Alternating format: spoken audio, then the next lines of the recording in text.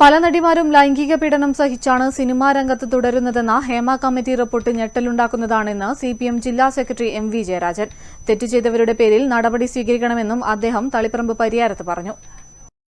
സ്ത്രീ പുരുഷ സമത്വത്തിന് വേണ്ടി വാദിക്കുന്നവർ പോലും സ്ത്രീകൾക്ക് പുരുഷന്മാരെക്കാൾ കുറവ് വേതനമാണ് നൽകുന്നത്.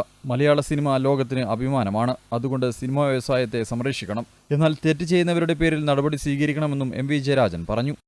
സ്ത്രീ പുരുഷ സമത്വത്തിനു വേണ്ടിയിട്ട് വാദിക്കുന്നവർ സ്ത്രീകൾക്ക് നൽകുന്ന വേതനം പുരുഷന്മാരെക്കാൾ കുറവാണ്.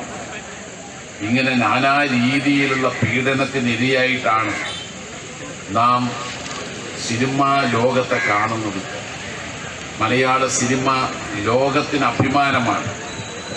അതുകൊണ്ട് തന്നെ രണ്ട് രീതിയിൽ മാത്രമേ ആ പ്രശ്നത്തെ സമീപിക്കാൻ കഴിയൂ. ഒന്ന്, നമ്മുടെ സിനിമാ വ്യവസായത്തെ സംരക്ഷിക്കണം. തെറ്റ് ചെയ്യുന്നവരുടെ പേരിൽ നടപടി വേണം. അതുകൊണ്ടാണ് LDF സർക്കാർ ഹേമ കമ്മീഷൻ റിപ്പോർട്ട് ലഭിച്ചപ്പോൾ ജസ്റ്റിസ് ഹേമയുടെ അഭ്യർത്ഥന മാനിച്ചത്. അവർ 2020 ഫെബ്രുവരി മാസം തന്നെ ഈ റിപ്പോർട്ട് പുറത്തുവിടാൻ പാടില്ലെന്ന് സർക്കാരിന് കത്തെഴുതി. ആ കത്തിന് മാനിച്ചു. കാരണം സുപ്രീം കോടതിയുടെ നിരവധി ഉത്തരവുകളുണ്ട്. സ്ത്രീകളുടെ സ്വകാര്യതയെ സംരക്ഷിക്കപ്പെടണം. കൊൽക്കത്തയിലെ RG-കർ മെഡിക്കൽ കോളേജിലെ ഡോക്ടറുടെ കൊലപാതകത്തിൽ പ്രതിഷേധിച്ച് പരിയാരം കണ്ണൂർ ഗവൺമെന്റ് മെഡിക്കൽ കോളേജിൽ സംഘടിപ്പിച്ച പ്രതിഷേധ പരിപാടി ഉദ്ഘാടനം ചെയ്യുകയായിരുന്നു എം.വി. ജയരാജൻ.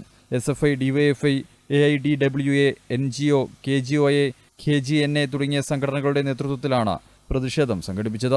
മെഡിക്കൽ കോളേജ് കേന്ദ്രീകരിച്ച് നടന്ന പ്രതിഷേധ പ്രകടനത്തിൽ നിരവധി പേർ പങ്കെടുത്തു.